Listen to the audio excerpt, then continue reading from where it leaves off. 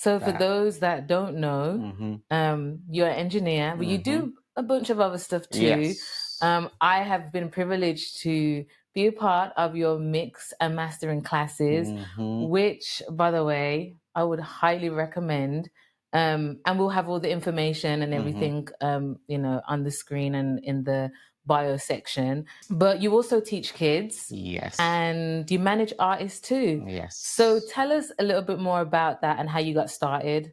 So I would say with teaching, I was doing it every day in studio. You know what I mean? So it was just part of the life of being in the studio with artists, teaching them how the process of their track goes. Yeah. Do you know what I mean? From them going into the booth, recording, coming out, listening to their songs. As a say a full-time teacher now, it kind of fell on my lap. Like, I know we're gonna get onto the faith side of things, but it was like God calling me to that opportunity, to be honest. Yeah. I love change. Something about me and my team and my family will know I love change.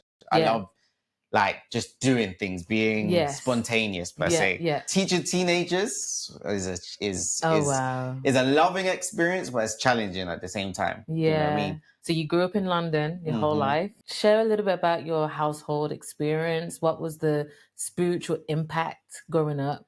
Growing up was fun. Like, my family are not too deep of believers. I would say some of them are, but I remember like growing up going to church, but not frequently. I can't remember growing up being every Sunday I was going, but I feel like it was always a part of me. I'll give you a reason. One of my aunties, she used to be a pastor.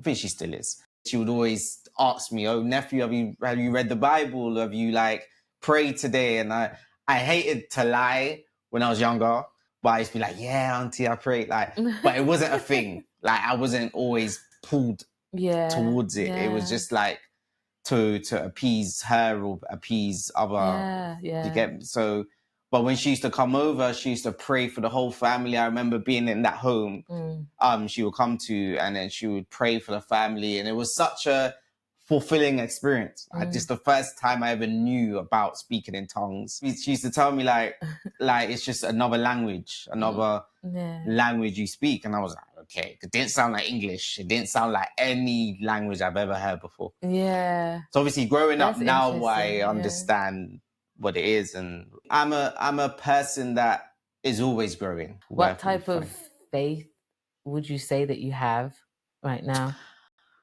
Unwavering faith. It's a battle.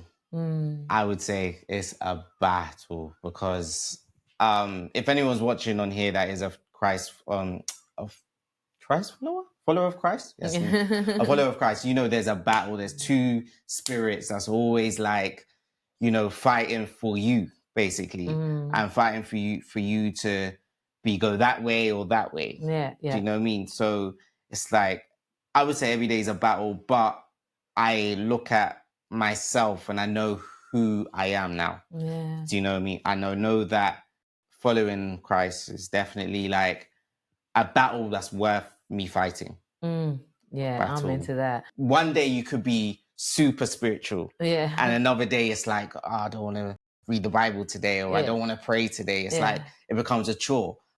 Thinking about God and thinking about Christ is a thing where it should just be the norm. Basically. Do you know what I mean? Yeah. Like, you would go on Instagram and you would scroll on social media. It should just be, as much as you want to do that, you should want to pick up the Bible. Yeah, or for sure. Read a Bible app, or read a verse a day. Or for me personally, I read at least a chapter a day on scripture. That's really good. At least a chapter a day. And once again, shout out my daughter, because she makes me I tell people all the time, before we go bed, she says, "Dad, have you read the Bible today?" Oh, that's so sweet. So if that's not God telling me, "Yo, have you read me today?" I don't know what is. So that is so sweet. Oh, bless her.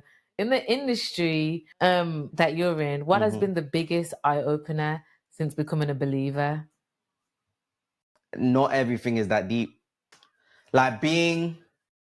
Everyone's success, what they deem to be success, is different. But sometimes even when you make success, is it fulfilling? getting that plaque or getting that, I don't know, award. Or once upon a time for me, it was like, yeah, I would love to be a Grammy award winning producer, artist, engineer, or of that essence. But now I'm like, let me just be me. Yeah. Let me be the best version of myself and put my talent to use for the kingdom. Yes. That's my thing right now. I want to use my talents and my gifts for the kingdom. And there's many ways of me doing that, and I know God is going to allow that. It's once again, it's a battle between still working with, say, secular music, but I still love it. Like, I can't necessarily say I'll stop listening to secular music, but I know for me, it won't change my faith. Because I listen to secular music by none. Like, some Christians be like, no, you can't listen to secular music. Only Christian like, I blend it. We'll get to that part. We'll get there. We're gonna get into today's real talk topic. Okay. And today's real talk topic is your faith compromised? If you like content like this, then make sure you like, comment, share, and of course, go ahead and subscribe. Why do you think so many people in the industry compromise their words? They say they believe in God, but their lifestyle doesn't really project that.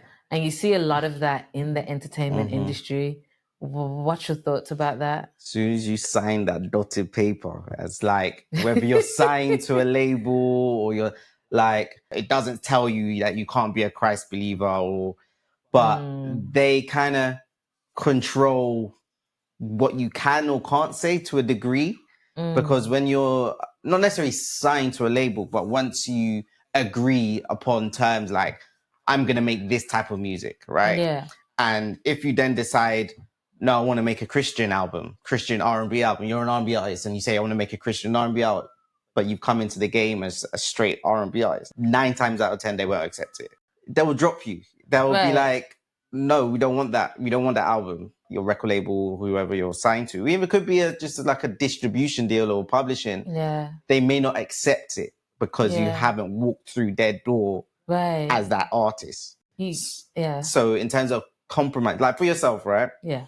I would say for yourself, like I've seen your growth. I know you came in the game as an R&B artist. Get me wrong, right? No, correct. Now you've obviously found faith. Now you're crossed into your Christian world, right? But if you were signed, if you dotted on that line to say Universal, Sony, and you turned to them and their A&Rs and said, no, you know what? You see the old me? Yeah. I don't want that anymore. I found Christ. Yeah. How hard do you think that would have been for you to turn back to them, to the label heads? We see someone like Kanye, who kind of can be an example of this, right?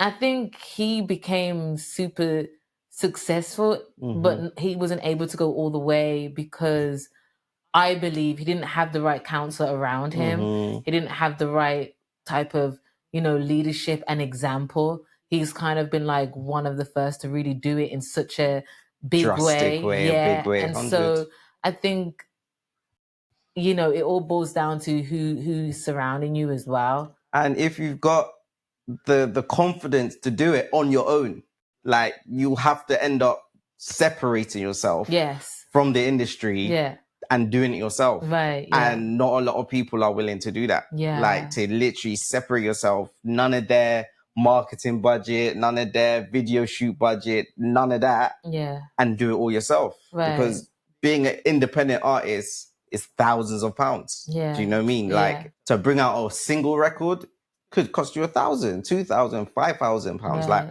not a lot of people are willing to invest that into themselves. Yeah. So if you're a Christian artist, there's a few Christian artists I listen to now, and I think they're amazing. And my thing is, I would love that to be commercialized, mainstream. I think it will.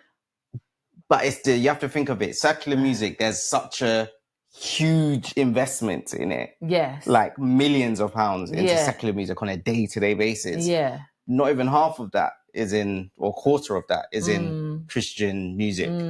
So for us to compete with that, it would, and I would say us, it's a lot. I think that's the issue, though. We're trying to compete them, and they're not. One is kingdom, well, should be, and one is worldly. They should never even be in the same sentence. True. Personally speaking. So I feel like, as you pointed it out, like for me, changing my process and my way of creating music and how I want to be represented, it's more so, what is the agenda?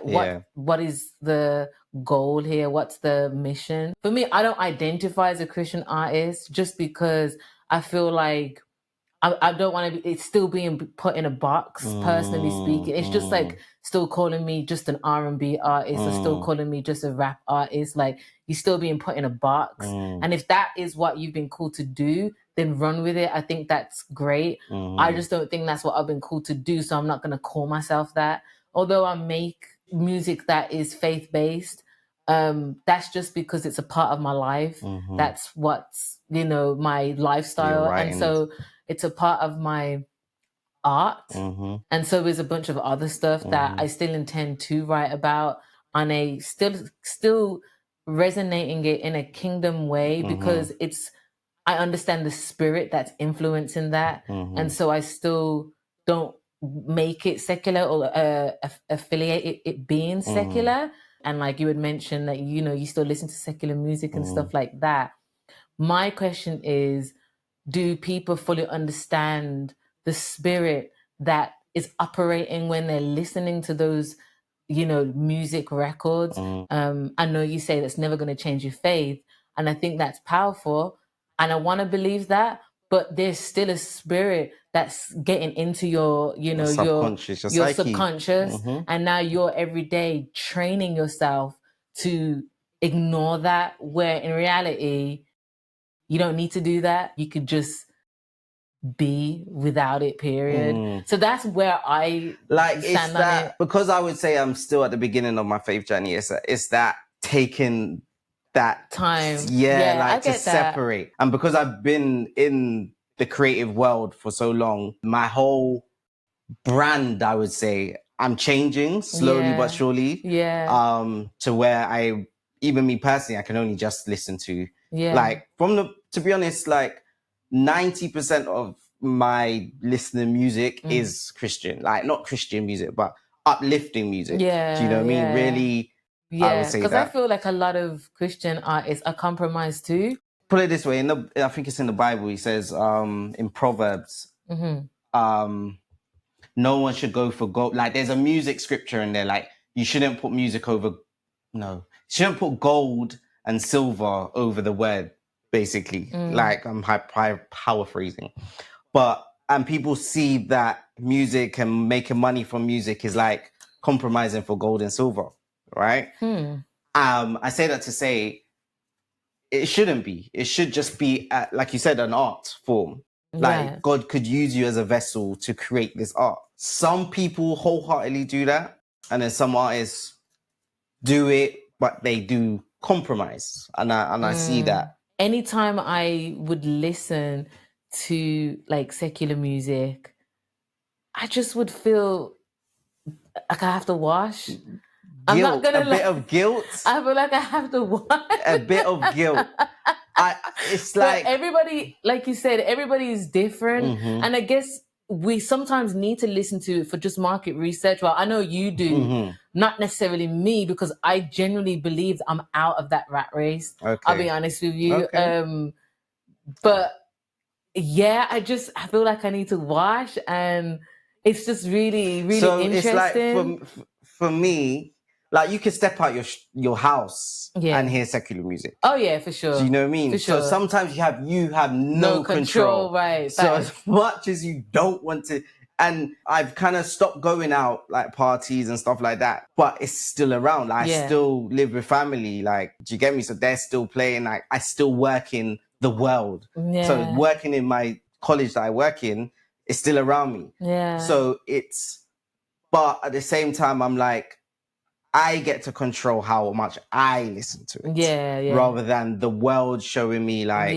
I often see many people start off a certain way. Maybe it's a very cleaned, polished image, girl next door, you know, and then we've gone girl gone bad. You know, there's always over time, you know, an agenda pushed to go on stage.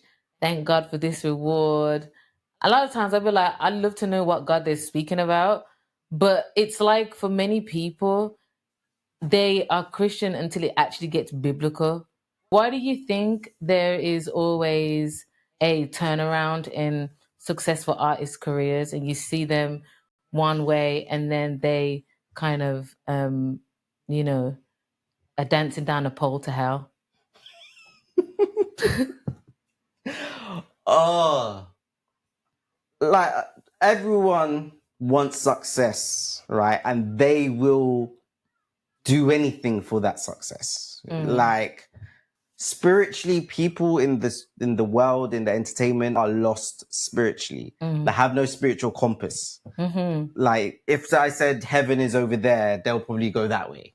Like, but I'm telling you, heaven is over there. Like, or the kingdom is over there. Like, but their compass will be off, or they'll see something shiny over there. All right, I'm gonna follow that. That's where success seems to be. But the devil comes in many forms. It doesn't come. He's not a red man with this like fork, as there's some depictions would depict him as. He will come in many forms. Forms of things that you like on a day-to-day basis. Yeah. Do you know what I mean? And entice you in many ways. I can count like name after name after name, but yet it still keeps happening. Are people like, can they not see it? No. There's can they not see the pattern? There's blind people in the world spiritually. There's blind people in the world. Like when Jesus was healing people, he was healing their spirit. So it's like, when you say he was healing their spirit, what do you mean? Making them awake spiritually. Okay. It's like you could be Christian, but you might not be awake spiritually. Yeah. Right? Yeah. So Jesus was healing people spiritually. Like when you meet Christ and you know, like, the moral compass should not be off.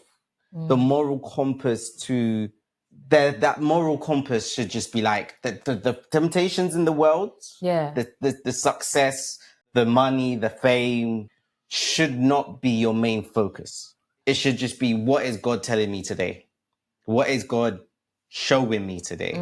You can only hear him or speak to him and understand him from reading the word. And there's different ways of being a Christian, but one thing as well is loving people. And I just want to clarify, there is one way of being a Christian. There's not many ways. I'm just going to say that for the record. Okay. So let me, yes, but okay, there is one way. There is. Let me get this out. Okay.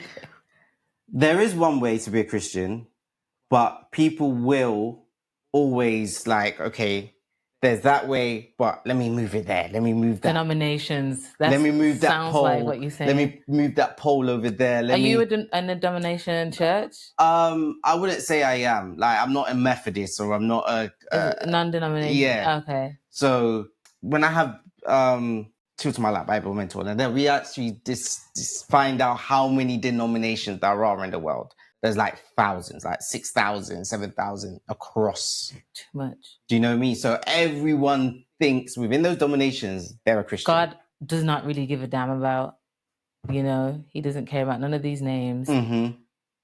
Are you... That's what I'm saying. Are you obedient? Yes. Can I trust you? Yes. Do you love me? Do you understand? And that is the way, right? Some people grow up in the church. Every Sunday they'll practice, yet they still don't know the word. Do you know what I mean? They don't know God. Like, so I'm no better than anyone, but sometimes it's a tick on the paper. It's like, okay, I thank God today, or do you know what I mean? More than actually thanking God, like really finding out who he is and what he likes. And because you can really sit down with God, like really like. What's the biggest challenge for you?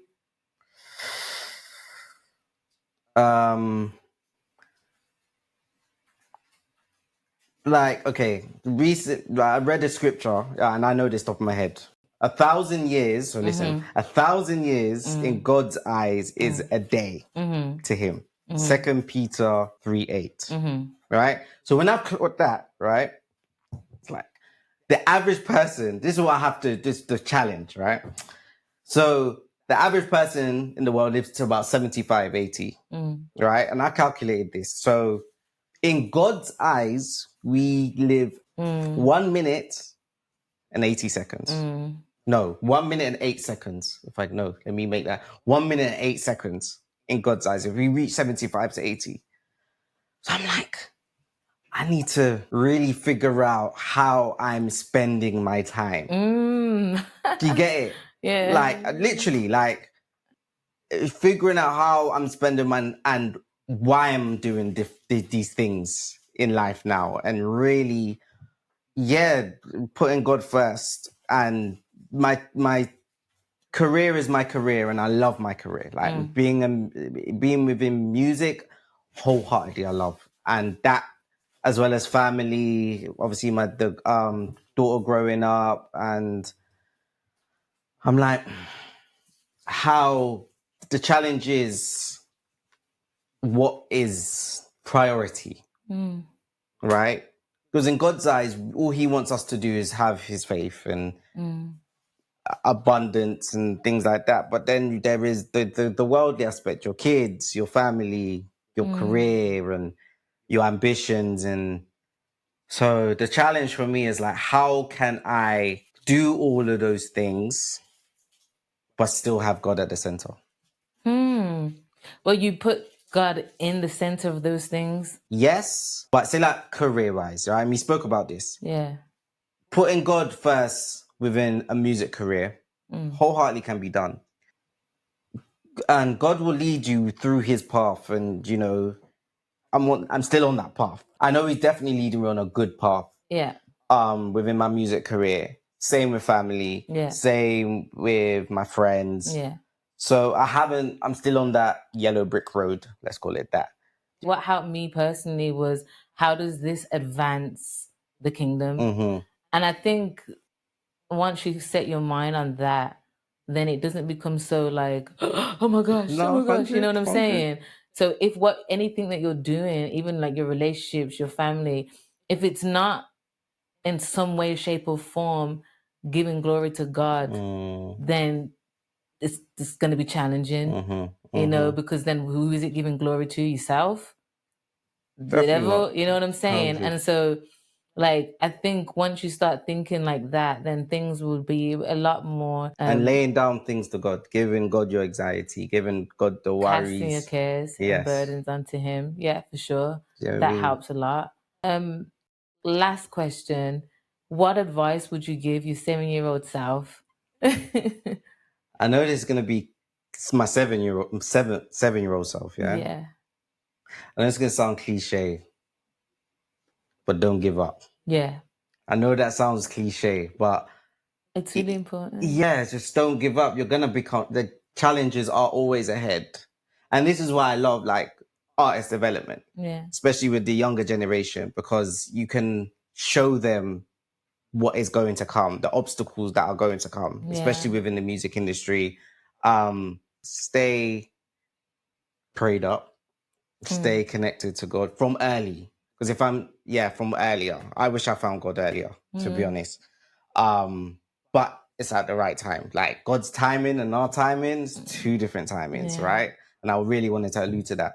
So, but yes, I wish I would have found Christ earlier. But I feel like, and I say it even to my Bible mentor, if someone approached me about God years ago, I don't think I was open to finding God. Wow. Thank you so much for being here. Do you want to close, say any last things? What have you got, going on at the minute? Share your socials.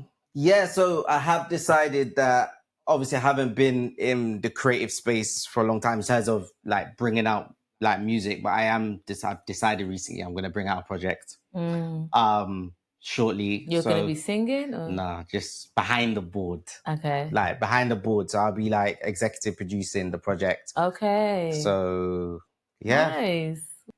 If you like content like this, then make sure you like, comment, share, and of course, go ahead and subscribe.